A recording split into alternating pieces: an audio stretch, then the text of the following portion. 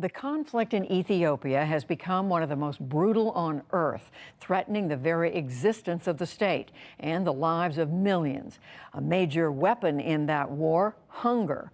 But tonight, the United Nations tells the PBS NewsHour that the Ethiopian government promises to ease its de facto blockade on the northern territory of Tigray, where hundreds of thousands are facing famine. Nick Schifrin has the story. On Tigray TV, Tigrayan forces and their allies advance south. And as they get closer to Addis Ababa, the capital and the country are increasingly at risk. But while the Ethiopian government says Addis and its bustling markets are safe and rallies residents to decry what it calls fake news, the international community fears for the future, as Secretary of State Tony Blinken said today. I am very concerned about the potential for Ethiopia to implode. The crisis began last November when Tigrayan forces who used to run the country attacked a federal outpost. Federal forces and their allies from neighboring Eritrea and the Amhara region waged a scorched earth campaign in occupied parts of Tigray. But in late June, Tigrayan forces pushed federal Ethiopian soldiers out and kept going from Tigray into neighboring Amhara and Afar, and now toward the capital. They allied with the small Oromo Liberation Army, seized two key towns, and are within 200 miles of Addis Ababa.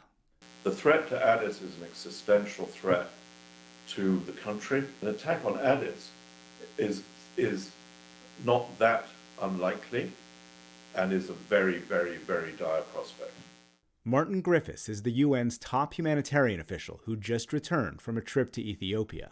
He visited during furious diplomatic efforts between the two sides led by U.S. Special Envoy Jeff Feltman and African Union envoy and former Nigerian President Olusegun Obasanjo, who this week addressed the UN Security Council. The window of opportunity we have is very little, and that the time is short.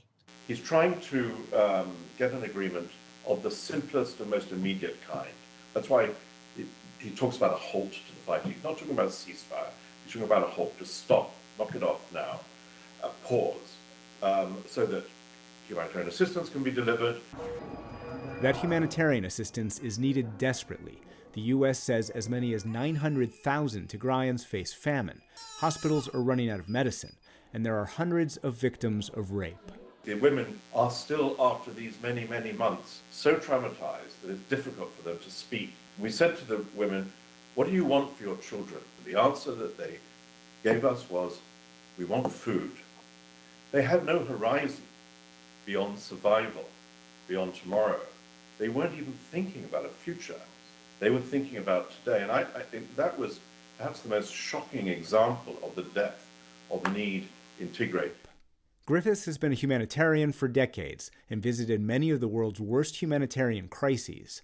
But he says Tigray is among the worst because of the war's expansion and what the UN calls a de facto blockade by the Ethiopian government. The distress of those women is a distress you see across the province.